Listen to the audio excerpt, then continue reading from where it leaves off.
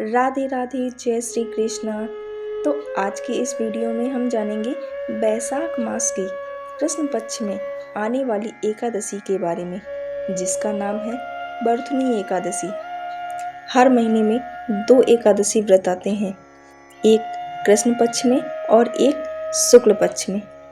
साल भर में कुल 24 एकादशी आती हैं, लेकिन इस बार अधिक मास होने के कारण एकादशी व्रत की संख्या कुल 26 होगी। एकादशी व्रत से बढ़कर कोई व्रत नहीं है।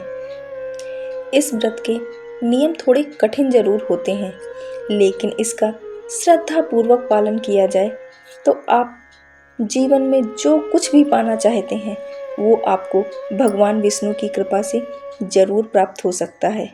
स्वयं भगवान श्री कृष्ण ने एकादशी की महिमा बताते हुए धर्मराज युधिष्ठिर से कहा था कि हे युधिष्ठिर, यदि सच्चे मन से एकादशी व्रत का उपवास रख लिया जाए तो न केवल इस जन्म के बल्कि अगले पिछले कई जन्मों के सभी पापों का नाश हो जाता है और ऐसे व्यक्ति को अंत में भगवान विष्णु के धाम वैकुंठ लोक में निवास मिलता है।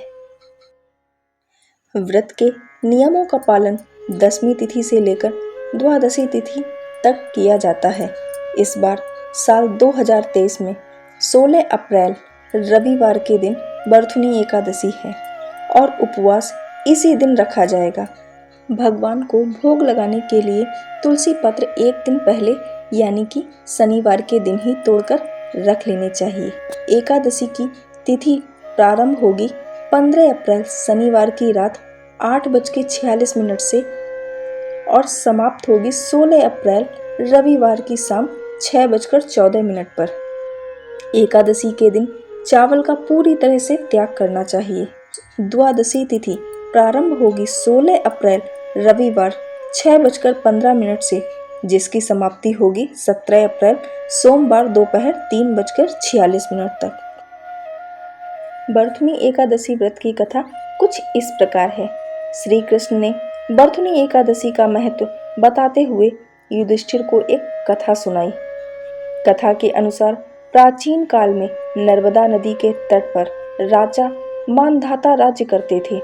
राजा बहुत ही दानवीर और धर्मात्मा थे। एक बार राजा जंगल के पास तपस्या कर रहे थे, तभी वहां एक भालू आया और उनके पैर को चबाने लगा। तप में लीन राजा का पैर चबाते हुए भालू उन्हें घसीटकर जंगल में ले गया। घायल राजा ने अपने प्राणों की रक्षा के लिए भगवान विष्णु से प्रार्थना की। घबराए हुए राजा मानधाता ने करुण भाव से भगवान विष्णु को पुकारा और उसकी पुकार सुनकर भगवान श्री हरि विष्णु प्रकट हुए और उन्होंने चक्र से भालू को मार डाला। भालू के हमले से राजा मानधाता अपंग हो गए। शारीरिक पीड़ा से बहुत दुखी और कष्ट झेलने को मजबूर थे।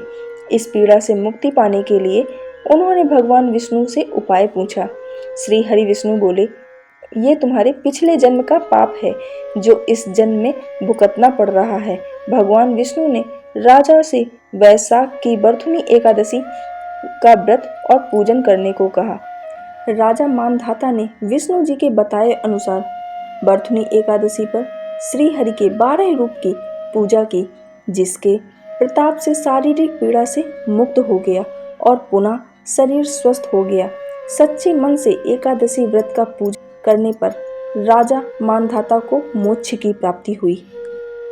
तो आइए जानते हैं कि इस दिन हम पूजा का आरंभ किस तरह से करेंगे और हमें किन किन सामग्रियों की आवश्यकता होगी।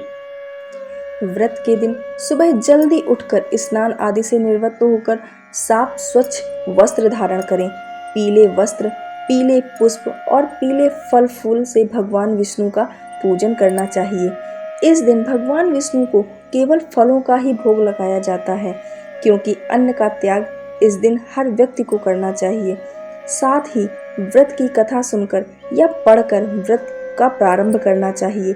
शाम की पूजा करके अगले दिन विधि विधान से पूजा करके अपनी सामर्थ्य के अनुसार दान देकर व्रत का पारण करना चाहिए। उम्मीद है कि यह जानकारी आप सभी को पसंद आई होगी। वीडियो अच्छी लगे तो लाइक करना ना भूलें। तो इसी भक्ति के साथ प्रेम से बोलिए राधे राधे, जय श्री कृष्णा, जय बिहारी जी की।